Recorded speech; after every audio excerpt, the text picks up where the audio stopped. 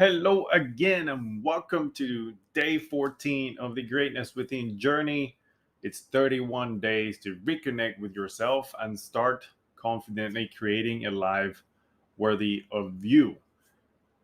Today, we are taking it a little bit further down the seeker path. We have talked about purpose, we have talked about vision, and now the question is how do you make the vision a reality? And for that, I believe we are given a certain set of tools. You have a unique toolkit that you can use to create the life that you want, to do the things that you get fulfillment from. And that is what the leaders, experts mention or refer to as strengths. But before I get there, I wanted to touch on a few ideas that I think or have around the subject. First, it's important to recognize that talent and strengths are not the same thing. They are related, but they're not necessarily uh, the same. Talent is something that I was born with, or my ability to be able to do something easily and quickly. Strengths is when you use your talents in a very specific way and you have developed them so well that you do that so much better than everybody else. So if you wanted to summarize it in a simple sentences, is strengths are properly or wisely applied and developed talents. A lot of people have talents, but they rarely work at them, so they don't become strengths. And the reason something is a strength is because it becomes something that you're so skillful at that other people will come to you for that advice or for you to help them in some shape or form with that gift or talent. But it's a strength because of how much you can use it to add value to other people. So that is the one thing to clarify, because a lot of people use it interchangeably, but they're not necessarily interchangeable. And maybe it's semantics. I don't think it is, because too many people die without ever using their talents. So talent is never enough. So the next thing that I think of in terms of strengths is just the obstacles for you to use them or to develop them. One of the things that I've noticed in society is that a lot of times society likes average. And average in the sense, like, it's weird that if you're down, there are a lot of people that try to help you get up, but if you start getting too good, then they try to bring you down, and they find ways to, like, come back to the average, or they tell you things like, hey, you have to play it safe, or maybe just don't take it too risky of a step. And they have this back and forth. It's kind of like a very mixed messaging of things, but it seems like that's the way it goes. So as you go and develop your strengths, as you're taking your talents and you start trying to implement it, people are going to tell you, why are you trying to develop that? Why are you spending so much time on it? Nobody cares for that. You're not really good at it, so why are you doing it? And you're gonna hear all these things. Just understand, it's just part of the process. Somehow we all want to stand out, but we don't necessarily like people to stand out. I don't know, it's kind of strange, but it seems like that's out there. The other thing that happens with your strengths or applying your strengths is when you want to help everybody.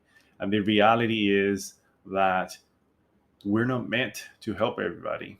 We can help everybody we want to, but it's just not going to be as effective, because it seems like the combinations of our purpose and our talents and the way we use that is going to be very specific to certain group of people. And that is not discrimination, is not selfish. It's just, it seems to be the way of nature.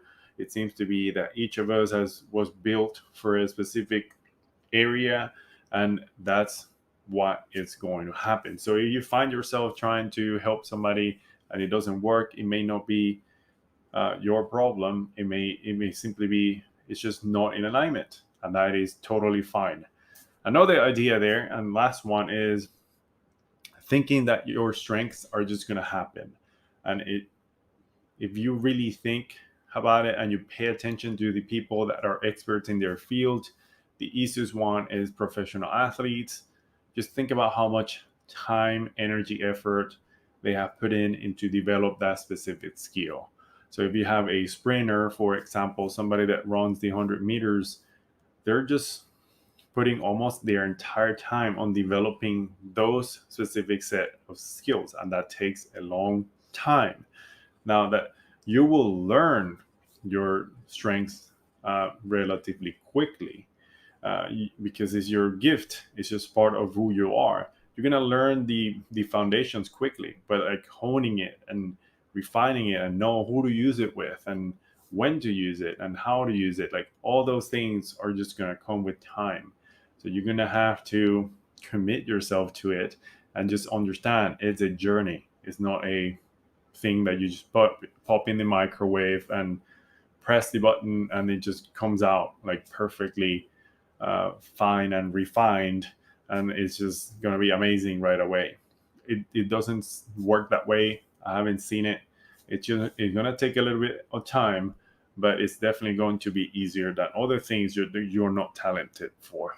So that is it in terms of the concepts of strengths and talents. Your strengths are usually going to be very common to you, and they're going to be so common that you are going to think everybody else does them. So in order for you to become aware of this, I kind of put this combined process in the book. It's on page 92 of the Greatness Within book. And it kind of combines self-reflection and also like interviewing. And the whole concept of this is just to become aware of the things that are very common to you, but that are not easily used by other people. So in the self-reflection stage, what you are going to do is try to come up with a list of the things that are come easy to you. Maybe it's a way you think about a problem. Maybe it's the way you learn some technological aspects of things. Maybe it's the way you use technology.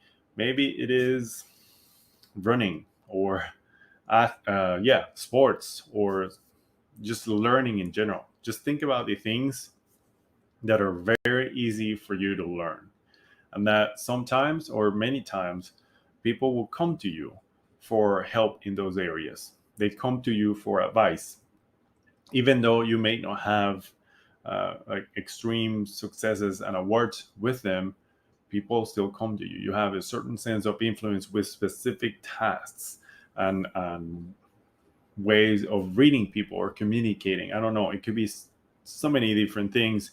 It could be physical, it could be mental, emotional. It doesn't really matter. Try to make a list of those things that come easy to you, that you quickly improve on them, and it's just natural. And then on the next phase, what you are going to do or can do is select a handful of people, or maybe 10 or maybe more, as many as you want. Go find people that engage with you often. And what you're going to do is you're going to interview them, and you are simply going to ask them, hey, when you see me at my best, or when you see me um, creating the greatest impact, what are some of the behaviors that you see me do? What are some of the things that you observe that are not necessarily present in other situations?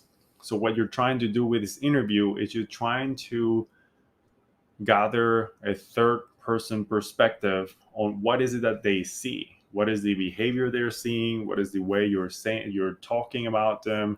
Maybe is the environment, maybe is the specific subject or topic. Doesn't really matter. What you're trying to do is compile as much information as you can. So interview as many people as you want to. Um, Keep in mind, it's their opinion. You don't have to judge them. You don't have to judge whether what they're saying is right or wrong. You're trying to get from them the observations, what they have seen, what they heard, what they noticed. because then what you can do is take this data and compare it to the reflections that you made. And you can probably overlap them, and you can start making connections between the two. And from there, you'll see a pattern. You will notice a pattern. You will notice certain things that just seem to click. It seems like you're in a flow. It seems like it was just easy, and you have the greatest influence and impact when you were doing these things. And those tend to be your strengths. So once you identify them, then you can start playing with them, testing them, applying them, and see how well it goes with them, and just go through the journey of learning, honing, refining, and continue the process of applying them. Evidently, this is like a practical way of doing the strengths exercise. You can always find the go through the strengths finders test, and they'll tell you the strengths, but you still have to do the same thing. Just you still have to identify um, how does the definition, how does this strength apply to you, and figure out how you're using it. And you can still do the interviews and stuff like that. So I just gave you a way for you to do it kind of without having to buy another assessment.